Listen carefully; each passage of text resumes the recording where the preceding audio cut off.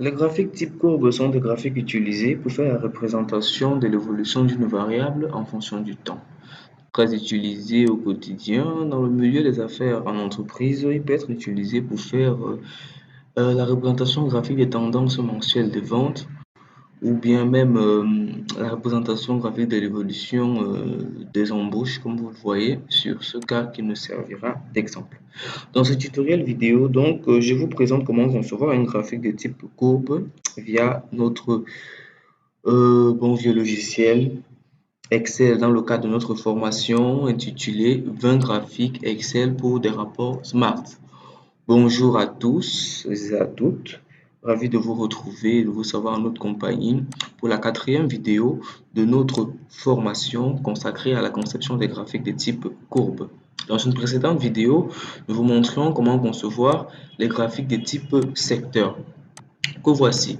Si vous avez manqué cette vidéo de formation, je vous ai mis le lien de la vidéo dans la description de la présente vidéo afin que vous puissiez y faire un tour, jeter un coup d'œil pour percevoir comment concevoir ces graphiques de type secteur ou camembert.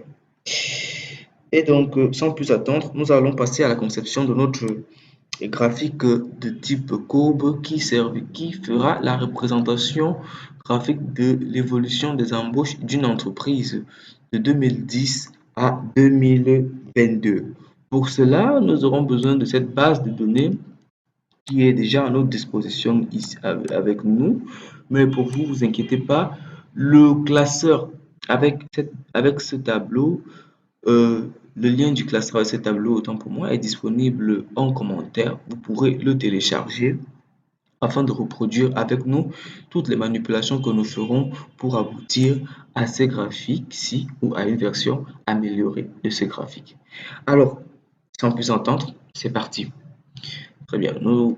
Pour concevoir notre graphique de type courbe, la première des choses à faire, donc, c'est de sélectionner la table de données qui va alimenter ce graphique. Pour cela, vous cliquez sur la toute première cellule de votre tableau, vous maintenez le clic gauche enfoncé et vous glissez avec votre souris jusqu'à la dernière cellule de votre tableau. Cela étant fait, vous vous rendez immédiatement dans l'onglet Insertion du ruban et dans le groupe graphique, vous allez dérouler les types graphiques courbes ou en air. On fait un clic gauche dessus, nous avons une panoplie de graphiques qui apparaissent. Nous allons choisir le tout premier graphique courbe.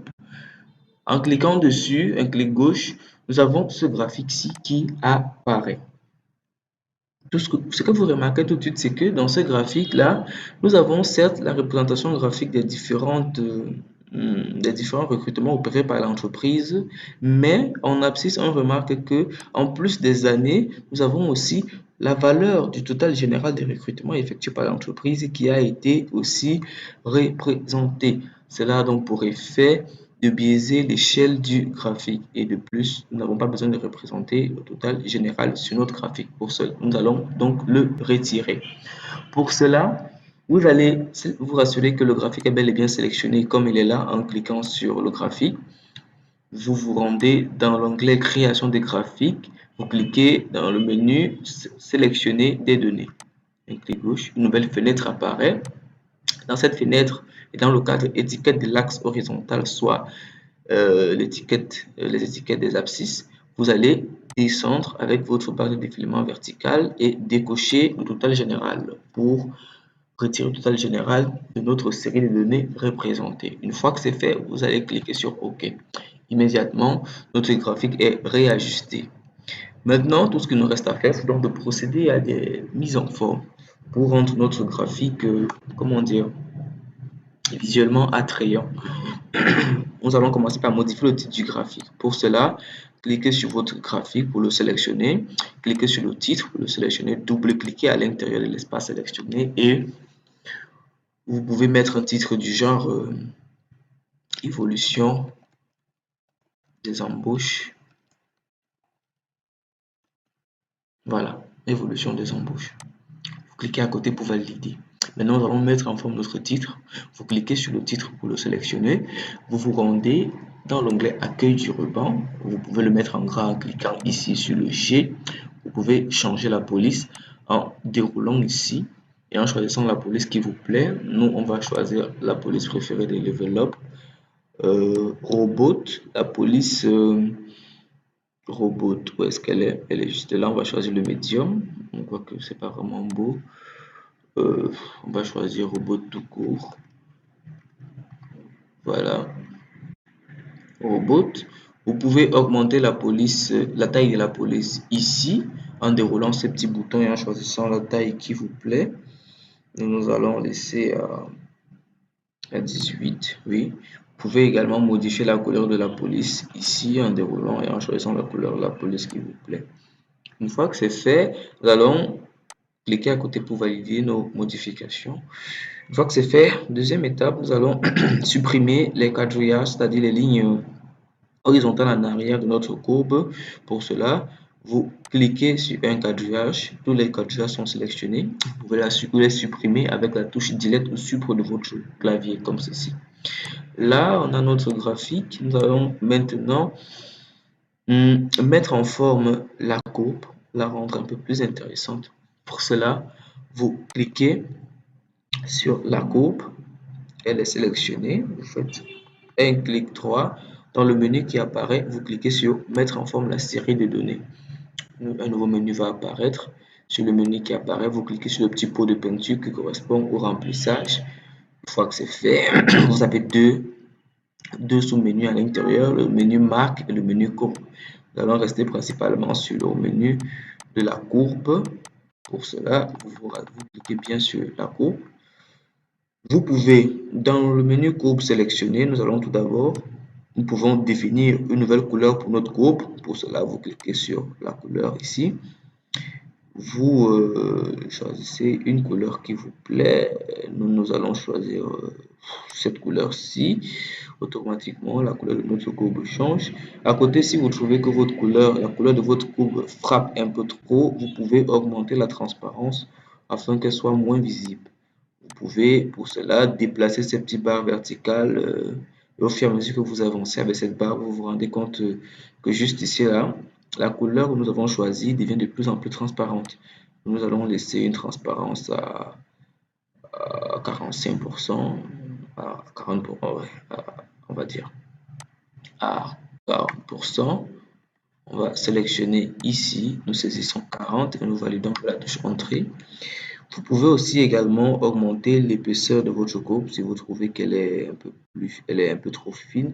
Pour cela, vous venez à largeur, vous cliquez sur cette petite flèche en haut pour augmenter. Vous voyez, au fur et à mesure que vous augmentez la flèche, votre courbe devient plus épaisse. On va réduire, on va laisser l'épaisseur de notre courbe à 3,5. Vous pouvez ici à composition modifier le style de trait que vous voulez pour votre courbe. Là, vous pouvez choisir ce style de trait-ci. C'est vous qui voyez, c'est vraiment vous qui voyez. Nous, on va garder le trait unique comme cela. Vous pouvez aussi choisir le type de tiret. Est-ce que vous voulez les pointillés, les astérix sur votre courbe? Vous n'avez qu'à sélectionner, votre courbe prend l'apparence que vous voulez. Nous, ce qu'on va faire, c'est garder notre borne vieille droite. Et enfin, à ce niveau-ci, quelle autre modification nous pouvons faire? Nous pouvons modifier le point de départ et le point d'arrivée de notre courbe, leur donner un style particulier. Pour le point initial, vous pouvez choisir le modèle qui vous plaît. Nous allons choisir par exemple ce modèle-ci. On le trouve intéressant. Et pour le type de flèche à la fin, nous allons choisir ici à taille de flèche finale. Autant pour nous, nous allons choisir plutôt ceci. Voilà, donc ce sera, vous voyez, ça a pris l'apparence d'une petite flèche là. Voilà. Et donc, ensuite, vous voyez notre graphique, ce sont des points qu'on a représentés dans l'espace et qu'on a liés par des droites, si vous voyez bien. Si vous voulez plutôt donner une apparence véritablement courbe à votre graphique, vous pouvez cliquer sur lissage. Quand vous cliquez sur lissage, vous voyez, c'est comme vraiment un dessin de courbe qui a été fait. Nous, ça nous plaît bien. Donc, on va laisser l'option lissage cochée, mais si vous ne voulez pas, vous décochez l'option lissage et vous avez l'ancienne représentation. Nous cochons sur l'option lissage. Qu'est-ce que nous pouvons faire d'autre sur notre graphique? Si nous venons, si nous venons dans l'onglet marque, qu'est-ce que nous pouvons faire? Rien, ça va, c'est bon. Vous fermez cette fenêtre. Vous cliquez à côté pour percevoir déjà à quoi ressemble votre graphique. Si cette couleur ne vous plaît pas, nous elle ne nous plaît pas, on va cliquer dessus, faire un clic droit comme tout à l'heure, entrer dans le menu, mettre en forme la série de données, cliquer sur le pot de peinture et venir modifier la couleur. On peut choisir la couleur verte. On peut... non, ça ce sont les bordures. Dans courbe, on sera sûr qu'on est bel et bien dans courbe. Dans courbe, on va choisir peut-être la couleur verte. Oui, pourquoi pas. On diminue légèrement la transparence pour qu'elle soit bien verte. Ou peut-être la couleur-ci. Voilà, on va garder cette couleur-ci. On va faire. Très bien.